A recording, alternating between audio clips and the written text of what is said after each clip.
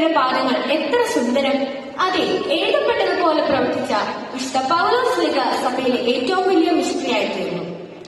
അതുപോലെ നമ്മുടെ ഇടവകയിലെ മിഷണറിമാരാണ് കുട്ടികളായ നമുക്ക് സുവിശേഷം വെളിച്ചം പകർന്നു തരുന്ന നമ്മുടെ മത അധ്യാപകർ.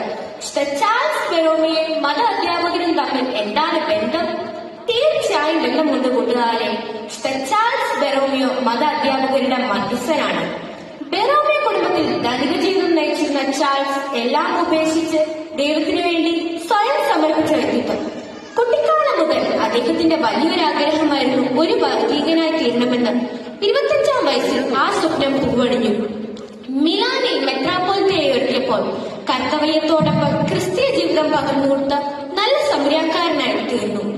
കുട്ടികൾക്ക് വേണ്ടി ക്രിസ്തീയ വിശ്വാസം പഠിപ്പിക്കുന്നതിന് അദ്ദേഹം തുടങ്ങിവെച്ച പ്രവർത്തനങ്ങളാണ് ഇന്ന് സൺഡേ സ്കൂൾ എന്ന പേരിൽ സഭയിൽ തുടർന്നു പോകുന്നത്. 12-ാം വയസ്സിൽ ചാൾസ് തന്റെ പിതാവിനോട് പറഞ്ഞു, തന്റെ ആദായത്തിൽ നിന്ന് ചെലവ് കഴിച്ച് ബാക്കിയുള്ളത് ദരിദ്രർക്ക് കൊടുക്കുവിൻ. 1567 പടർന്നു പിടിച്ച പ്ലേഗിനും പഞ്ഞത്തിനും ഇടയിൽ ദരിദ്രർ പോലും 1567 പടർന്നു പിടിച്ച പ്ലേഗിനും പഞ്ഞത്തിനുമിടയിൽ സർക്കാർ ഉദ്യോഗസ്ഥർ പോലും ഓടിപ്പോയപ്പോൾ രോഗികളെ ശുശ്രൂഷിക്കുവാനും മരിച്ചവരെ അടക്കം ചെയ്യുവാനും ഭക്ഷണം നൽകുവാനും ചാൾസ് മുന്നിട്ടിറങ്ങി.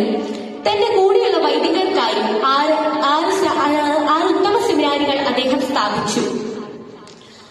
അദ്ദേഹത്തിന്റെ ആരോഗ്യം വളരെ മോശപ്പെടുത്തിയപ്പോൾ അദ്ദേഹം 46 വയസ്സിൽ ഈ ലോകത്തോട് വിട പറഞ്ഞു. 1910 നവംബർ 1-ാം തീയതി അദ്ദേഹത്തെ പോൾ 5-ാമൻ മാർപ്പാപ്പ വിശുദ്ധനായി പ്രഖ്യാപിച്ചു.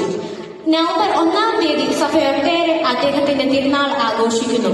ദൈവമഹത്വമല്ലാതെ മറ്റൊരു ലക്ഷ്യം തന്റെ ജീവിതത്തിൽ ഇല്ല എന്ന് തന്റെ വാക്കുകൾ ഓർത്തുകൊണ്ട് എന്റെ വാക്കുകൾ നിർത്തുന്നു. MCCL ഡേയുടെ ആശംസകൾ നേർന്നുകൊണ്ട് ഞാൻ ജയ ക്രൈസ്റ്റ്.